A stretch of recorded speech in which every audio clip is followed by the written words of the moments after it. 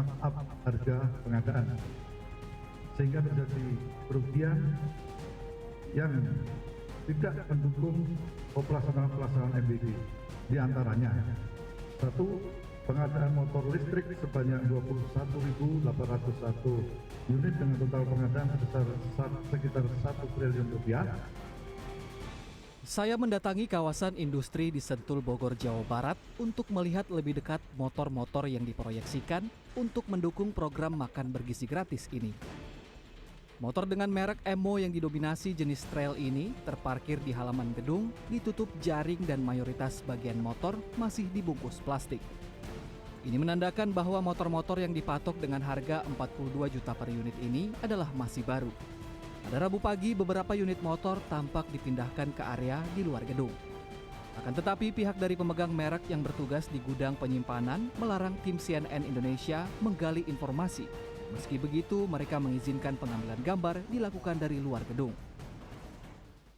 Dari balik pagar ini, kita bisa melihat ada setidaknya 3 deretan motor listrik yang mengelilingi gedung penyimpanan di kawasan industri Sentul, Bogor, Jawa Barat ini.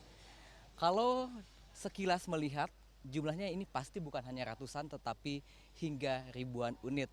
Kami belum bisa memastikan jumlah pasti yang tersimpan di sini karena pihak dari PT Emo Electric Mobility sejauh ini belum memberikan akses ataupun juga informasi terkait dengan jumlah detil yang ada di sini. Tetapi satu hal yang bisa dipastikan adalah motor-motor listrik dengan cap BGN itu adalah bagian dari pengadaan 21.801 unit kendaraan untuk distribusi MBG atau program makan bergizi gratis. Kejaksaan Agung tidak melakukan penyitaan secara massal karena lebih berfokus pada pencarian alat bukti berupa dokumen kontrak, lelang atau transaksi untuk menelusuri aliran dana dari BGN ke PT Yasa Arta Trimanunggal selaku vendor penyedia motor listrik Emo. Oh enggak, jadi gini, kalau barang itu sudah sampai di daerah, sudah digunakan, itu tentu tidak akan kita lakukan penyitaan. Ya. Karena penyitaan itu adalah untuk digunakan mungkin sebagai sampel, hanya sampel saja. Ya. Jadi tidak perlu semuanya disita, semuanya adalah bisa digunakan di daerah masing-masing. Artinya, belum ada kejelasan terkait penggunaan dan distribusi ribuan motor yang kini mangkrak di gudang penyimpanan.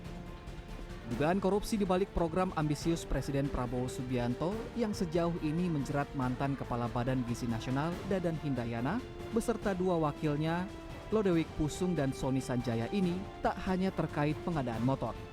Selain itu, dugaan markup tercatat untuk barang-barang lain, diantaranya 31.994 unit tablet, 5.400 unit televisi layar lebar ukuran 75 inci, serta 32.000 pasang sepatu. Tim Liputan CNN Indonesia.